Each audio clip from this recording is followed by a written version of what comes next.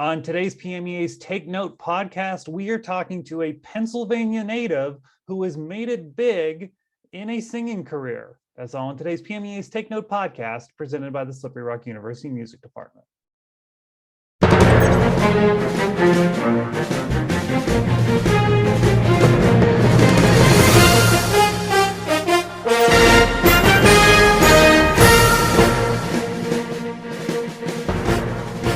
Well, hello, everybody, and welcome to this edition of PMEA's Take Note podcast. I'm excited to have here with us today, product of Pennsylvania, Jerome Collins, and you may recognize him from the group Straight No Chaser. Jerome, thanks for joining us.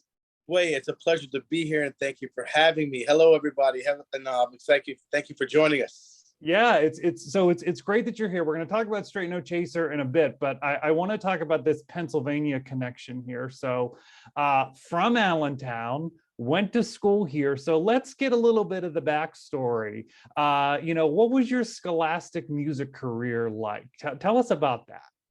Well, everyone that knows me from my hometown, from my family, friends, and those who were close to me, all my life, I've always wanted to be a singer, entertainer of some sort. So I started very early. I think my parents said I was singing Motown at the age of 2 before I could even walk. So I knew that music was going to be something in my life that I always wanted to do. So I got, growing up in Pennsylvania, a great music area, a place to grow up with music. I got very heavily involved with music. I was in a group called the Singing Boys of Pennsylvania, where we were going along, we were traveling the world at young ages and going against groups like the Vienna Boys Choir, So it was great to be a part of the boy choir and learn my trade. Went on to William Allen High School, where I was a proud Canary. Great, we're the Canaries. I understand. Yeah, we were very proud, but we had I got to sharpen my roots a little bit, sharpen my shed, sharpen my tools so I could become a better singer. I met an amazing voice teacher in Pennsylvania, and she pointed me in the right direction. She pointed me into the direction of joining the Indiana, where I would finally end up and taking my music career to a whole new level. But yeah, Allentown is where I kind of grew up. Very, very proud of my town, but being in state choirs and all state choruses and regional choruses was the breeding ground to help me where I am today. And it was important. So I can't always, in order to go forward, you got to look back. And I look back at good times and things that nurtured me and grew to who I am today. So you were in PMEA events then as a student. We were talking about that a little bit earlier. You made the all-state choir and all of that. Talk to us a little bit about that experience. Well, because I think the main thing, and I say this all the time, in order to lead, you got to be able to follow.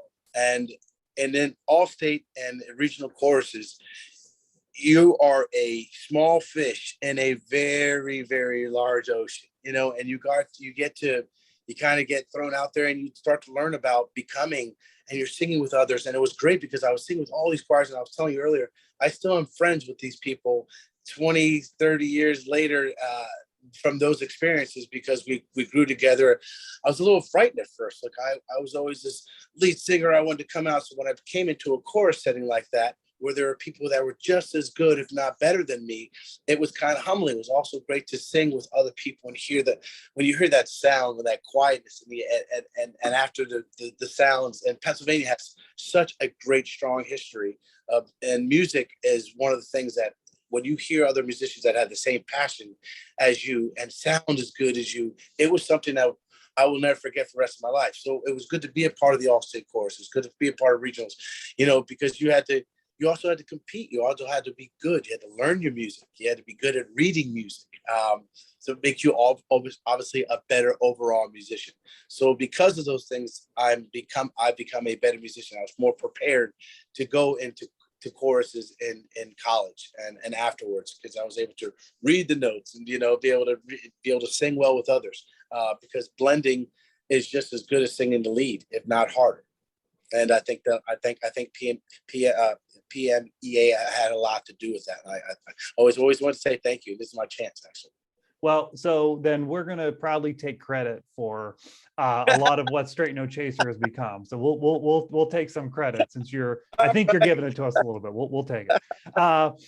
So you talked about, okay, you go to Indiana University, and that's when Straight No Chaser is born, and this thing happens. Could you kind of give us the story of that? So look, we were all part of a singing choir called the chorus called the Singing Hoosiers. This was a mixed men's and women's ensemble, and a few of us, we just wanted to we wanted to sing music that we were listening to in the dorm rooms and our back then our iPods, and we kind of wanted to step away a little bit and do our own thing. So one of the guys came, Dan Ponce, who started the group, who's an anchor on WGN now. He said, "Look, my friends sing at these other universities, and they get free food, and they meet girls," and we all said stop right there, and signed on, and we did usually by just storming dorms. We'd knock on doors and sing for the hallway, or we chalk, and it started to gradually grow. We had a little concert, then we had a sellout concert, and then we were just kind of becoming a thing well known on campus. Alumni Association decided to sign us, and we were doing alumni functions all across the country, and Straight No Chaser became a thing. It was just something we started to say, hey, we're going to come back 20 years later and say, we started this group. And so we started a group in 1996. In 2006, one of the guys, Randy Stein, we were coming back together for a 10-year reunion, said, hey guys, I got this footage. I'm going to put it up on YouTube. And YouTube was in its infancy, just started. We put the video up to make fun of ourselves. Look how young we were. Look, we had hair. Look, look at all these things. And to make fun of ourselves. And lo and behold, that video became the most viewed video of 2007. President of Atlantic Records saw this video and took a chance, asked us what we were all doing. We all quit our lives and came back together, and we're still here, still doing this 13 years later. And it's just kind of been a pinch yourself moment to be able to sing and make money. My best friends from college. This is a dream come true. The un-American, unbelievable dream that we could have never thought we could ever happen. It's a great American dream, and we're just us again. We just pinch ourselves every day, like we get to sing for a living on the road with our best friends. All right, tell me when I wake up. Yeah. Well, I love that it started with this idea of free food and meeting girls, and now look where it is. Yeah. So I'm sure people have seen that video. I'm sure they've seen a lot of other videos of you guys. So it's awesome to hear you, but it's fascinating to watch you too. So I have some kind of mechanical questions that I think music teachers would be interested in. So how are the arrangements done? Do you guys just kind of come together and figure it out? Do you have an arranger? What's the process there? Well, the beautiful thing is that everything that we do is done in-house. We do have some outside arrangers sometimes, but for the most part, we have 3 phenomenal arrangers within the group that basically, like anything you think of, we come to them with an idea, and they're able to take that idea and put it into voices instead of instruments. I've started to add my hands into arranging process. I have some recently with the group, but it is literally taking a song that you're feeling, and we like to give it, we call the Straight No Chaser twist. A song is going to be different anyway, being sung a cappella from what you're using from the instruments, but we like to give you the song in a different way that you may not have heard it, because I think that's what we're giving a kind of a shout out to the artist, to the writer of the song, because we appreciate it so much that we think that it could be used in our shows or on our albums, and it fits our story. So yeah, these gentlemen, Walter and Mike and Tyler are our main arrangers within the group, and they just do a phenomenal job of just going away and coming back with something, and we're all, usually we're all just crazy about it because we root for each other. So, but most of the stuff it's gotten us where we are, and it's continuing to get us further along. So we appreciate these and the musicianship to be able to do that. That's not the easiest thing to take music and make it a cappella and arrange voices, instrument parts into voices. So everything's done here. So people who listen to this podcast know I somehow I reference everything to marching band. But, you know, like when I look at a marching band show, like I think about staging and why is the brass placed here versus the woodwinds here and the drum line here. I mean, there's a musical element to the physical staging. Uh, is that part of then your process as well as you're thinking as so you have an arrangement in place and you're all moving around and doing, you know, whatever it is that you, how much of that goes into it, you know, the actual musical staging? More of myself, I was in the marching band, and a few of us in the group were in the marching band. I was a percussionist. So you're right. In positioning of where you put us, like a lot of times we had to be in the back because percussions, obviously, we didn't want to overpowering a lot of the instruments. So the way that we structure things in our stage is the beauty of having microphones now, you know, where you're able to, you can place, you know, you can place a sound over on a certain side heavier, and you can lighten it up in the middle. But usually, what our favorite part of the moment, favorite part of the show is the off mic. So we put down the mics, and we usually will put the basses on the end because you're able to hear them. A lot of the songs, you know, you base off of, you know, the pitch of the bass and the beat of the bass. So you know, we'll have the soloist in the middle, the bass is on the end to sort of complement each other. So you're having that on both ranges of the ear. But I think more on the marching band side is our positioning on stage, the line. You know, obviously, a marching band, we're all about making lines and being perfect and standing in line so that it from above it made a picture or a position, which I think is something that we have a choreographer that does that. Who's able do so you there's somebody who really okay. Oh yeah, somebody's got to make these salt shakers look a little more peppery, you know. So, you know, so yeah, we do have a choreographer. She also went to Indiana University, and she is great because she knows what guys can do and what they can't do. What moves, you know. She also knows about a seeing a picture on stage when we're not just standing in a semicircle or a straight line. We are taking over the entire stage. We have movement, you know, and I think that all of us and several of us has helped being in marching band because you knowing your alignment, you knowing your have to when you make a picture to make that diamond, everybody's got to be uniform, which is great because it takes out, you know, having an individual standing on stage. It is putting you in a position that it's a pretty picture for you also to look at. So you're not only sounding good, but you're looking good, and that goes for everything. The lighting has to be right, you know, the staging has to be right. So all those things that I think actually do come from the structure of the marching band, because when you're on the field, the crowd is looking for you. That's why I never like people looking straight at you. I want you to sit up above so you can see the configurations that we're making, the lines we're making, the in syncness of things. So, you know, that is where a lot of, you know, we give a lot of little shout out to the marching bands because those are things that, you know, we did. A lot of us did. It helps with our staging. It helps with what we do. So it's overall experience. We got to give not just sounding good, but looking great. And having all the things there. So you're on tour now. We're going to talk about that in a second. But so I'm wondering then, you know, as kind of the bridge to that, let's talk about the rehearsal process. So before you go and do a tour, you know, how much rehearsal is happening? How does, you know, I guess what's the process that leads up to a tour? Is there constant arranging happening and then coming and rehearsing that? Or are you just rehearsing just for the tour? What's that process? Yeah. Right now, we're doing a lot of things. So we are getting ready. Next week, we're going into the studio to record another album, and we're recording an album. We're doing shows, and guys are still arranging stuff for that album we're recording. And so what we'll do usually before tours, we'll get together 4 to 5 days beforehand. We'll work the first couple days on the new music. Just make sure that it's all being learned.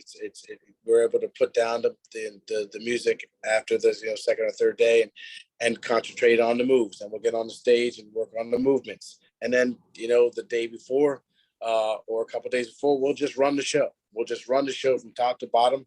We'll work out trouble spots. But just like anything, it's practice, practice, practice. We're practicing before we get there. The guys are setting out, hey, these are the songs that we're going to do on this tour. We're making sure that we're preparing on our own. The beauty of a lot of things that we've been doing is these last couple of hours, we've been recording from home. We all have rigs. So we're doing things from home. So it's important now that you don't have as many people to count on. Now you got to count on yourself to record and engineer and do all those things. So I've learned a lot through the pandemic in good ways. There are some good things like that came out of the pandemic for us, learning to be able to do those things at home. But yeah, preparation is, I always will stand by how do you make it to Carnegie Hall? Practice, practice, practice. It's very, very true. Because, and there's another phrase that I actually learned in Allentown. It was DWWR, do what was rehearsed. You want to make sure that you're doing those things because it becomes a muscle memory. You become more sharp on your tools because you're like, okay, I gotta have my music prepared for us. Because when we go out for the first show, there is no one out there. You're out there in the naked eye. You're standing out there. It's sink or swim. So it's being prepared beyond belief. But so we'll, like for this tour. Luckily, we just came off the tour and we took a 6 weeks break and came back on. So we're doing a lot of the same music. We're adding in new music as we go along. But we'll add in new music. We'll work on it like today. We'll work on a new song during sound check, and if we're feeling good about it, it'll be in the show in a couple of days. But we'll come. Usually the preparation is 3 or 4 days beforehand. Tech, you go. That's the professional world, and there's nobody there to hold your hand. You got to be prepared. Yeah. If there's anything I can get out of this, practice, practice, practice, preparation, preparation, preparation. It is, those are the P's you should know, because those are the ones that are the most important. So you're on tour for real, because if you can't tell from behind you, you're on a tour bus. This is for real touring. Yeah. What's that like? And, I know many of you have families at home, and just like, what is this like? Because your tour is not just like we're out for a week. This is significant. Yeah. We spend 6 or 7 months out on the road. So when we first were in our early 30s, late 20s or 30s for some of us, it was fun. Yeah, you're on city to city. You get to see a lot of old friends. You're starting to, you're performing in front of people that you never performed for. But then all of a sudden, it just kind of like, now we have wives, now we have children, and they are kind of like have taken over the importance. Now a tour is not something that they want to hear anymore. Daddy, when are you coming home? So it's definitely a lot tougher with children, but I think the fact that we still get to do what we love. So yeah, we're on tour. We're going to be going all the way up to Anchorage, and to we're going through Canada. We're hitting all of the cold places right now.